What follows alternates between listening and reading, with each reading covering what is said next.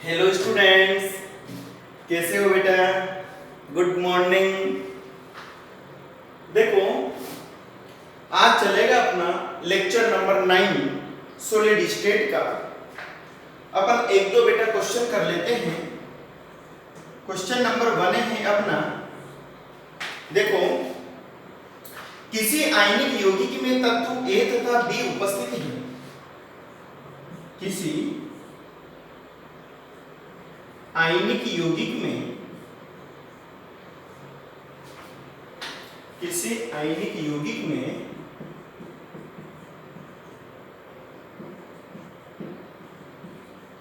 तत्व ए व बी उपस्थित है। ध्यान देना, देखो अच्छी तरह। किसी आयनिक यौगिक में तत्व ए व बी उपस्थित है, ठीक है। अब ए बेटा कहां पाया जाता है? इस यौगिक में तत्व ए के परमाणु कोनों पर पाए जाते हैं। इस यौगिक में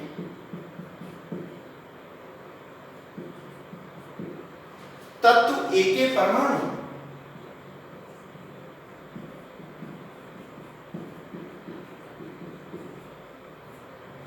इस यौगिक में तत्व ए के परमाणु कहां पाए जाते हैं? घन के कोनों पर पाए जाते हैं।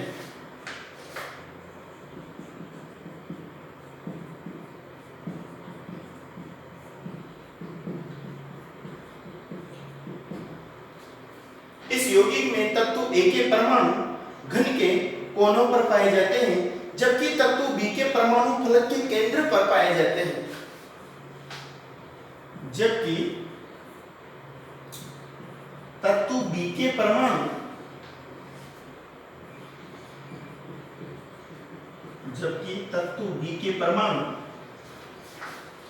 फलक के केंद्र पर पाए जाते हैं।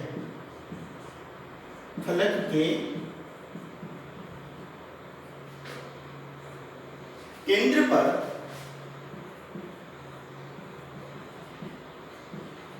पाए जाते हैं। ओके, अब देखो क्या होता है बेटा। ए परमाणु कोने से गायब हो जाता है।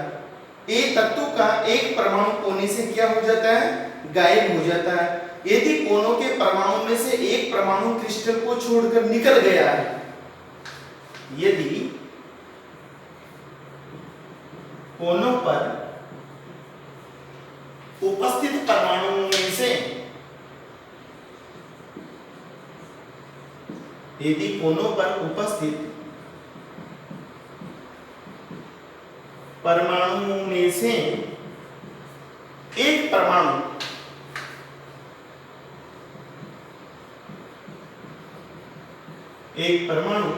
क्रिस्टल जालक को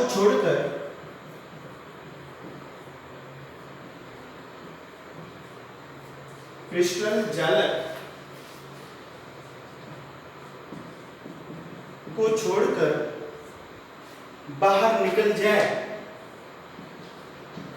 बाहर निकल गया हो या निकल जाए, बाहर निकल जाए, तो यौगिक का सूत्र क्या होगा? तो यौगिक का सूत्र क्या होगा?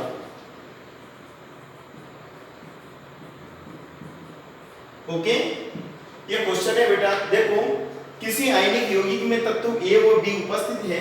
इस यौगिक में तत्व ए के परमाणु घन के कोनों पर पाए जाते हैं, जबकि तत्व बी के परमाणु फलक के केंद्र पर पाए जाते हैं। यदि कोनों पर उपस्थित परमाणुओं में से एक परमाणु क्रिस्टल जालक को छोड़कर बाहर निकल जाए, तो यौगिक का सूत्र क्या होगा? देखो, तुम्हें पता है बेटा, घन में कितने कोने होते हैं? 8 कोने होते हैं, ठीक है। अब 8 कोनों में से एक परमाणु क्रिस्टल को छोड़कर निकल गया। कौन सा? ये। ओके, तो 8 कोनों में से एक परमाणु अपने कोने को छोड़कर क्रिस्टल से बाहर निकल गया, तो कोनों पर कितने परमाणु बचे? 7 परमाणु। और एक कोने पर उपस्थित अवयवी कण या परमाणु का योगदान कितना होता है बेटा? 1/8। तो क्या लिख देंगे अपन? कोने पर उपस्थित तत्व ए के परमाणुओं का योगदान बराबर कितना हो जाएगा बेटा? कितने परमाणु बच गए? 7। ठीक है। अब एक कोने पर उपस्थित अवयवी कण का योगदान कितना होता है? 1/8। तो अपन क्या लिख सकते हैं बेटा? 7/8। ठीक है। तो ए परमाणु के लिए क्या आ गया अपना? 7/8। ओके। अब देखते हैं, देखो अपन बी परमाणु कहां पर पाया जा रहा है?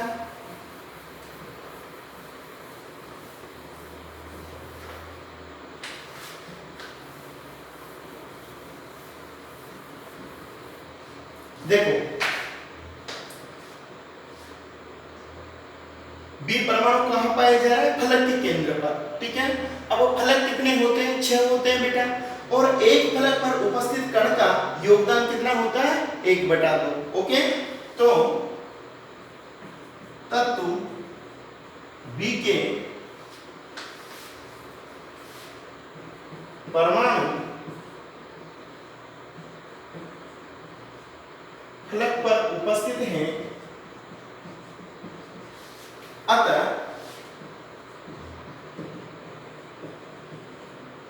फलक पर उपस्थित परमाणु का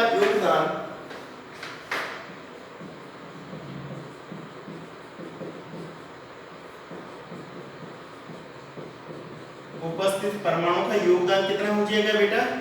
टोटल फलकों की संख्या कितनी होती है? 6। ठीक है। एक फलक का योगदान कितना होता है?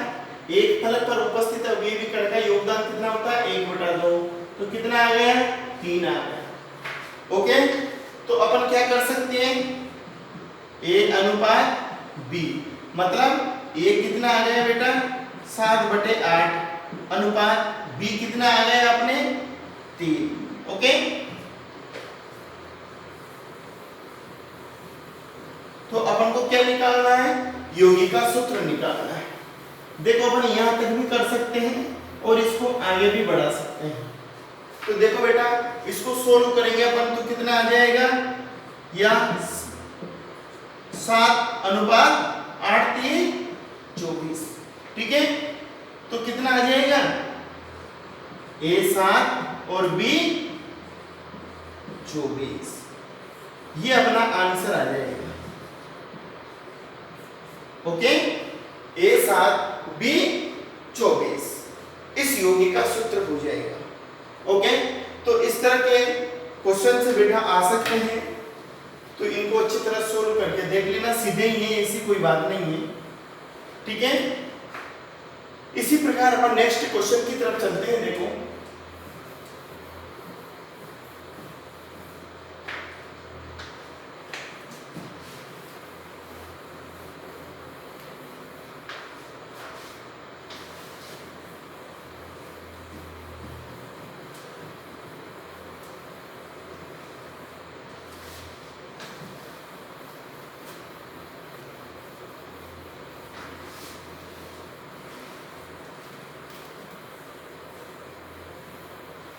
नेक्स्ट है अपना क्वेश्चन नंबर 2। क्वेश्चन नंबर 2 क्या कहता है बेटा? देखो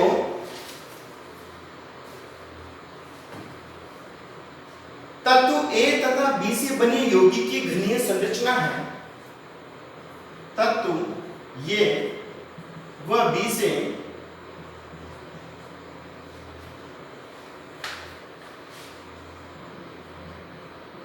बने यौगिक की घनीय संरचना है, क्यूबिक स्ट्रक्चर है। तत्व A व B से बने यौगिक की घनीय संरचना है। तत्व ये कहां पर उपस्थित है बेटा? घन के कोनों पर उपस्थित है। ओके। जिसमें परमाणु A घन के कोनों पर तथा B परमाणु फलक के केंद्र पर है, योगी का सूत्र उत्पन्न कीजिए। है तत्व ए घन के कोनों पर व तत्व बी घन के फलक पर उपस्थित है।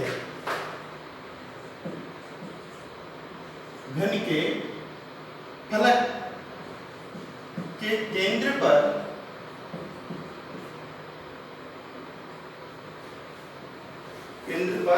उपस्थित हैं।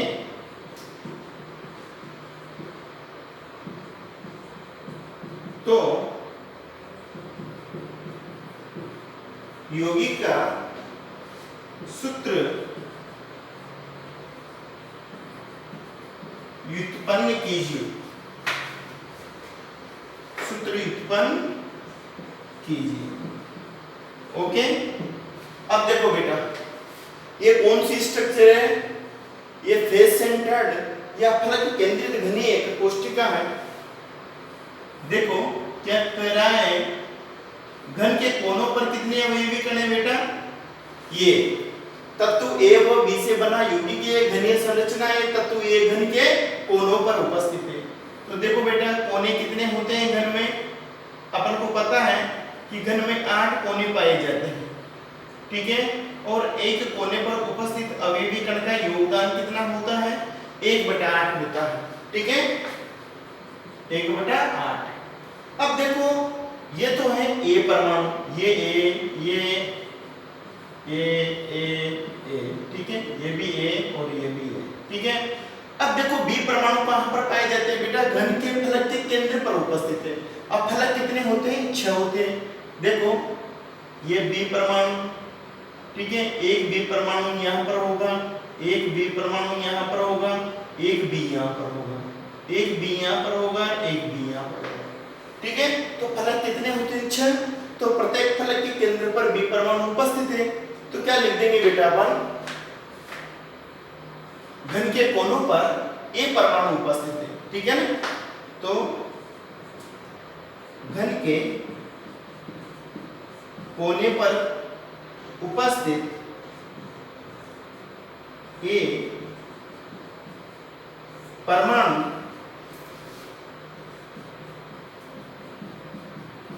का योगदान बराबर कितना हो जाएगा? कितने कोने होते हैं बेटा? 8। और एक कोने का कितना योगदान होता है? 1/8। तो 8 × 1/8 = 1, ठीक है। इसी प्रकार फलक के केंद्र पर उपस्थित, फलक के केंद्र पर उपस्थित बी परमाणु का योगदान बराबर कितना हो जाएगा? कितने फलक उपस्थित होते हैं टोटल? 6 इंटू एक फलक पर उपस्थित अवयवी कण का योगदान कितना होता है बेटा?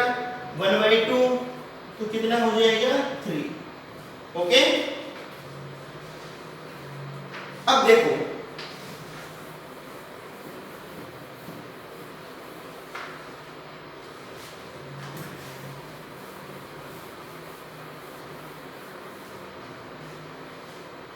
अपन क्या लिखेंगे बेटा? ये अनुपात बी, ठीक है। ए का मान कितना आया अपन का? 1। अनुपात बी का मान कितना आया? 3, ठीक है। तो क्या हो गया?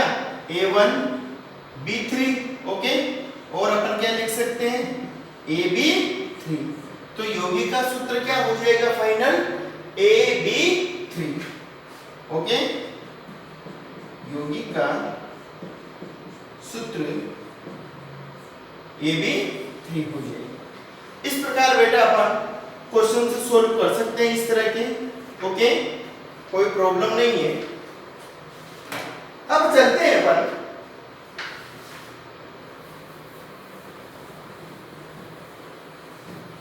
नेक्स्ट टॉपिक की तरफ।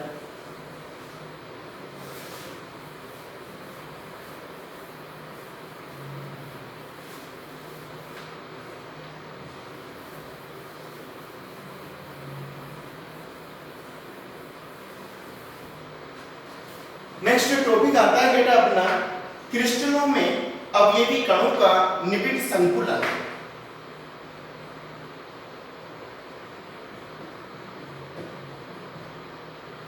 क्रिस्टलों में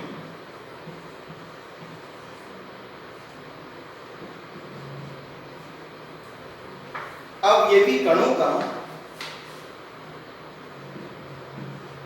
निबिड़ संकुलन। ठीक है, निबिड़ संकुलन close packing of constituent particles in a crystal.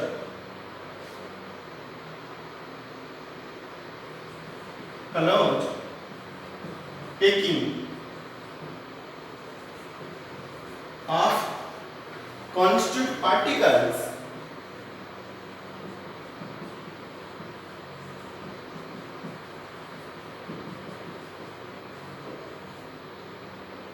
in a crystal।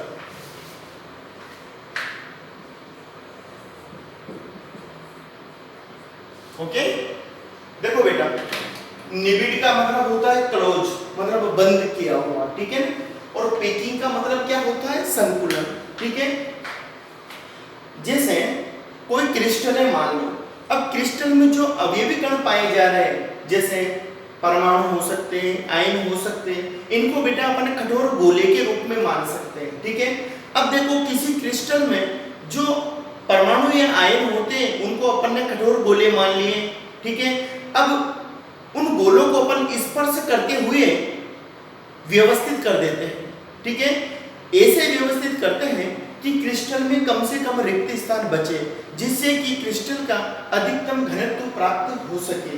ठीक है, तो इस प्रकार से किसी क्रिस्टल में अवयवी कणों की व्यवस्था को ही अपन बेटा निबिड़ संकुलन करते हैं। निबिड़ का मतलब क्लोज, मतलब बंद प्रकार का, और संकुलन का मतलब पैकिंग, अर्थात ऐसे क्रिस्टल जिसमें अवयवी कणों की परस्पर स्पर्श करते हुए तथा कम से कम रिक्त स्थान उपस्थित होते हुए व्यवस्था की जाती है, तो इसी को ही अपन क्या कहते हैं बेटा, निबिड़ संकुलन या close packing of constituent particles in a crystal कहते हैं। ओके, तो इनको अपन परिभाषित कर लेते हैं। देखो कभी कभी ये निबिड़ संकुलन बेटा बोर्ड में पूछ लिया जाता है।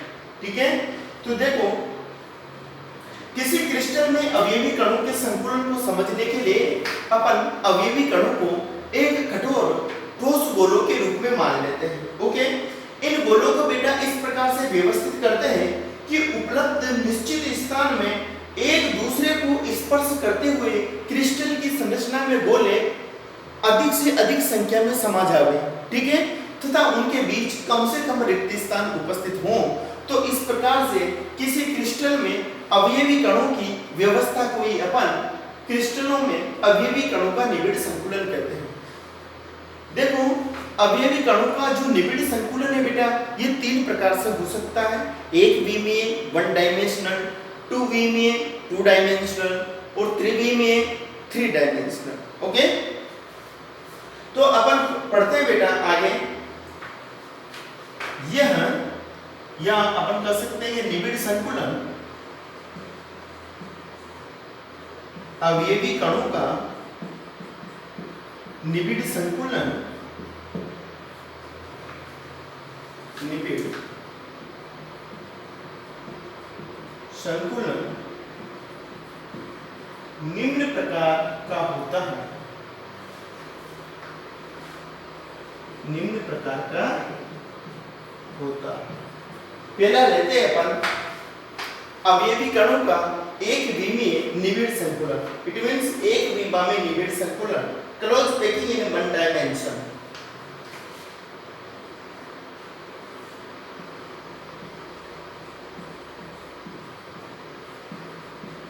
एक विमा में निबिड़ संकुलन।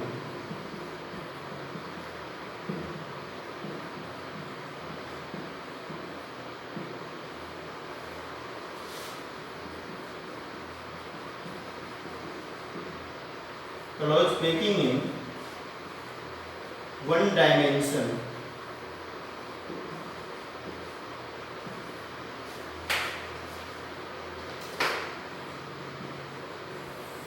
एक बीमा में निबिड़ संकुलन। तो बेटा अपन इसको इस प्रकार से पढ़ सकते हैं। एक बीमा का मतलब होता है वन डायमेंशन में, और वन डायमेंशन में अपन अवयवी कणों को कैसे प्रदर्शित कर सकते हैं, देखो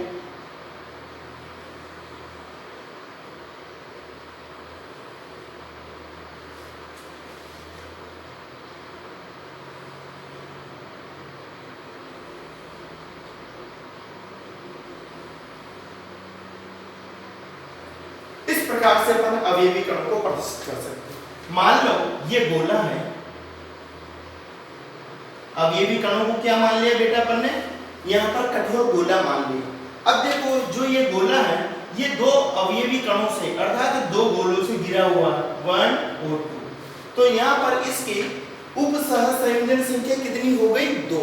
ठीक है, किसी आयनिक क्रिस्टल में बेटा कोई भी आयन जितने विपरीत आवेशित आयनों से घिरा होता है वो उसकी उपसहसंयोजन संख्या कहलाती है। मान लो यहाँ पर ये कोई आयन है, ठीक है। अब ये इस आयन को क्या मान लिया अपन ने, कठोर गोला मान लिया। ये गोला कितने गोलों से घिरा हुआ है, चारों ओर से 2 गोलों से, ठीक है। तो इसकी उपसहसंयोजन संख्या कितनी हो जाएगी, कोऑर्डिनेशन नंबर 2 हो जाएगी, ठीक है। इसको कहेंगे अपन एक बीमा में निबिड़ संकुलन, एक बीमा में ठोस गोलों का निबिड़ संकुलन। एक बीमा में ठोस गोलों का निबिड़ संकुलन।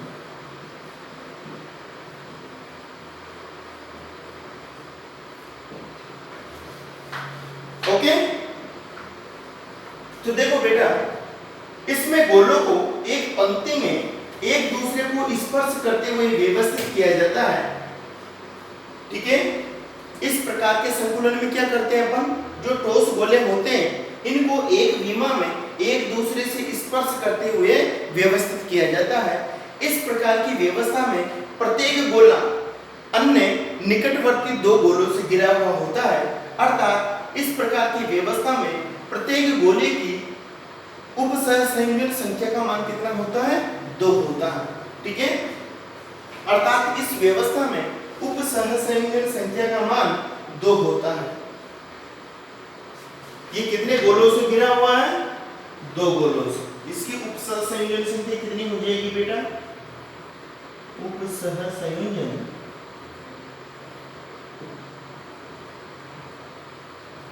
संख्या बराबर 2। ओके, तो देखो उपसहसंयोजन संख्या क्या होती है, अपने कोऑर्डिनेशन नंबर, इसको भी मैं परिभाषित कर देता हूं। उपसहसंयोजन संख्या यहाँ के संदर्भ में उपसहसंयोजन संख्या,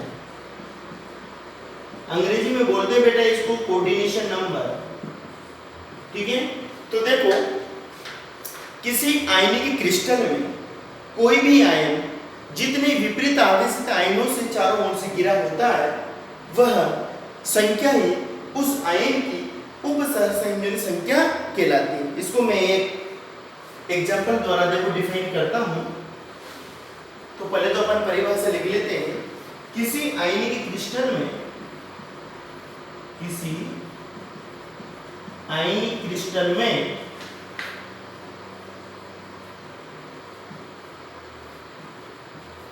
किसी आयनिक क्रिस्टल में कोई आयन जितने विपरीत आवेशित आयनों द्वारा, जितने विपरीत आवेशित आयनों द्वारा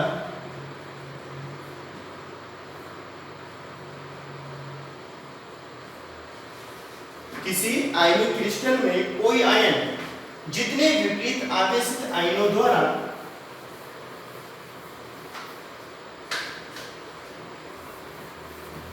चारों ओर से घिरा होता है, चारों ओर से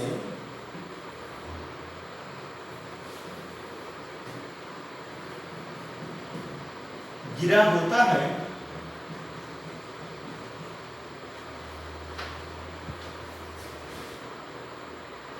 उस संख्या को ही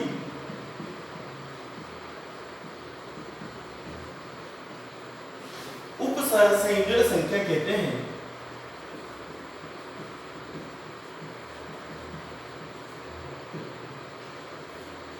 उस संख्या को ही उपसहसंयोजन संख्या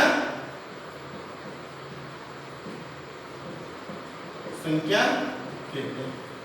ओके, कोऑर्डिनेशन नंबर।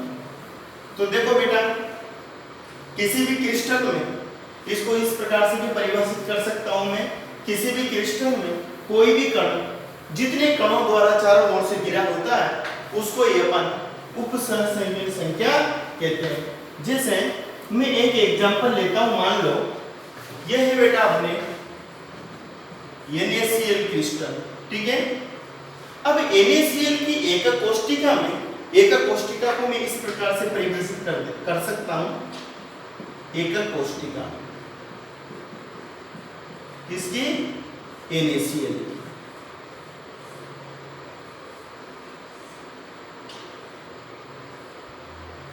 इसकी एकक कोष्टिका कैसी होती है बेटा? क्यूबिक। तो देखो, जो NaCl की एकक कोष्टिका है इसमें 6 Na प्लस आयन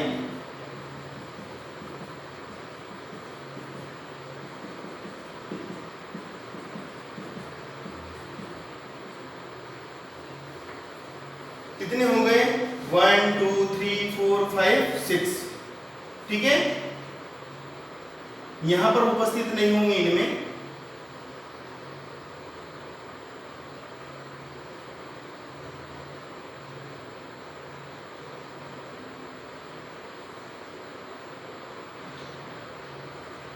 ठीक है।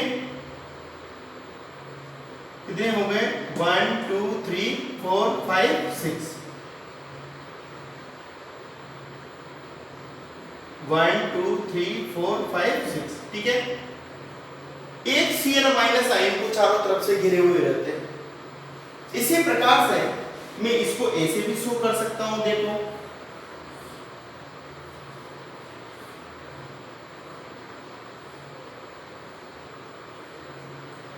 Cl minus 6 Cl minus ion हो गए, ये बेटा एक Na प्लस आयन को चारों तरफ से घिरे हुए हो सकते हैं, ठीक है। तो यहाँ पर Cl माइनस आयनों की कोऑर्डिनेशन नंबर कितना है? 6। यहाँ पर Na प्लस आयनों का कोऑर्डिनेशन नंबर या उपसहसंयोजन संख्या कितनी है? 6। अर्थात NaCl की एकक कोष्टिका में या तो प्रत्येक क्लोराइड या तो एक क्लोराइड आयन को 6 Na प्लस आयन चारों तरफ से अष्टफल के रूप से घिरे हुए होते हैं, अथवा एक Na प्लस आयन को 6 क्लोराइड आयन चारों ओर से अष्टफल के रूप से घिरे हुए होते हैं। अतः बेटा जो NaCl होता है, NaCl में 6:6 संरचना पाई जाती है। अर्थात प्रत्येक Na प्लस आयन को 6 Cl माइनस आयन घेरे हुए होंगे एवं प्रत्येक Cl माइनस आयन को 6 Na प्लस आयन चारों तरफ से घिरे हुए होंगे, ठीक है। तो NaCl में प्रत्येक आयन की कोऑर्डिनेशन नंबर या उपसहसंयोजन संख्या कितनी होती है? 6 होती है, ठीक है। तो अब तो तुम्हारे समझ में आ गया होगा कि किसी आयनिक क्रिस्टल में किसी आयन को जितने विपरीत आकर्षित आयन चारों तरफ से घिरे हुए होते हैं, वही उस आयन की उपसहसंयोजन संख्या कहलाती है। ये बेटा NaCl की एकक कोष्टिका है, ठीक है, जिसमें यह शो किया गया है कि प्रत्येक आयन 6 विपरीत आवेशित आयनों द्वारा अष्टफल के रूप से चारों तरफ से घिरा होता है। ओके,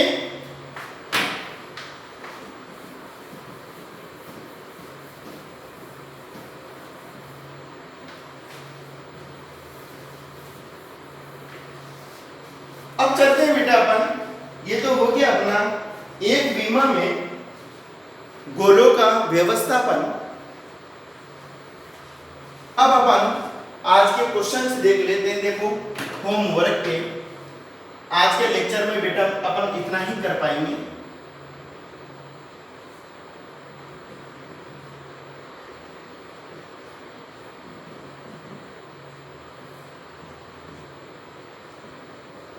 होमवर्क क्वेश्चन नंबर 1 है अपना,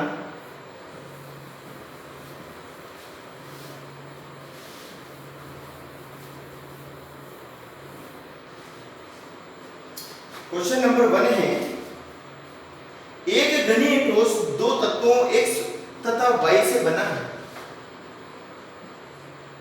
एक घनीय ठोस दो तत्वों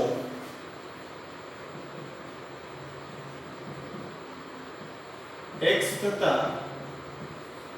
y से बना है।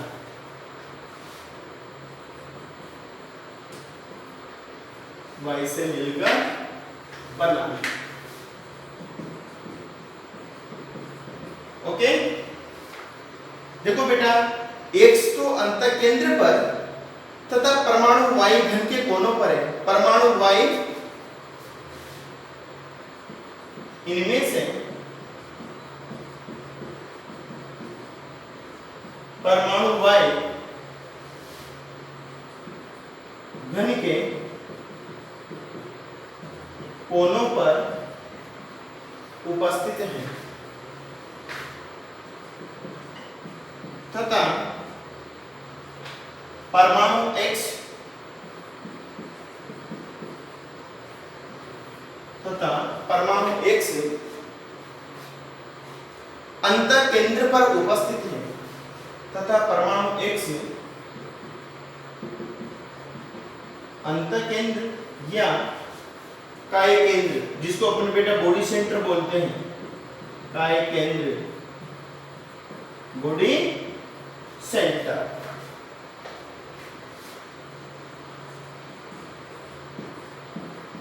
पर उपस्थित हैं।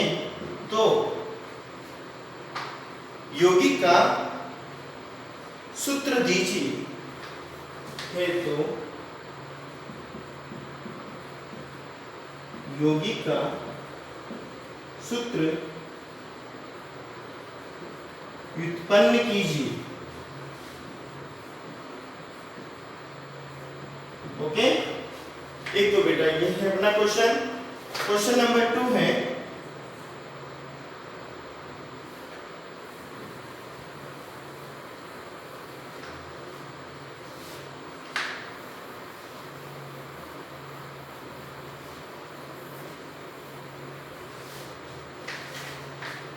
उपसहसंयोजन संख्या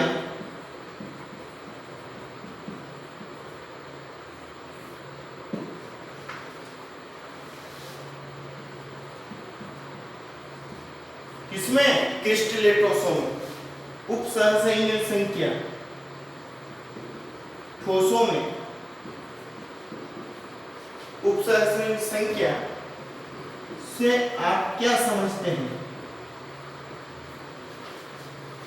उपसहसंयोजन संख्या से आप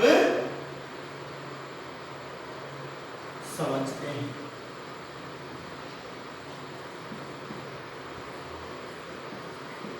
ओके बेटा, क्वेश्चन नंबर 3 है अपना,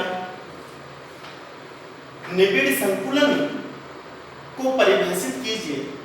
व्हाट इज क्लोज पैकिंग?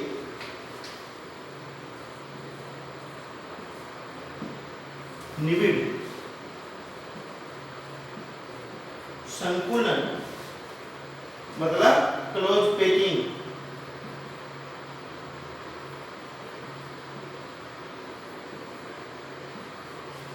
निबिड़ संकुलन से आप क्या समझते हैं?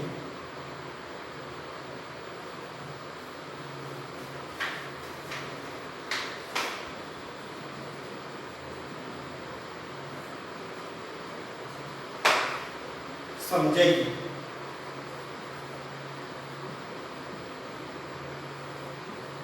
ठीक है, ये 3 क्वेश्चन है बेटा, तीनों को अपन पढ़ चुके हैं, तो इनको तुम्हें करना है। ठीक है, आज के लेक्चर में अपन इतना ही कर पाएंगे। नेक्स्ट लेक्चर में देखेंगे बेटा। Okay, thank you.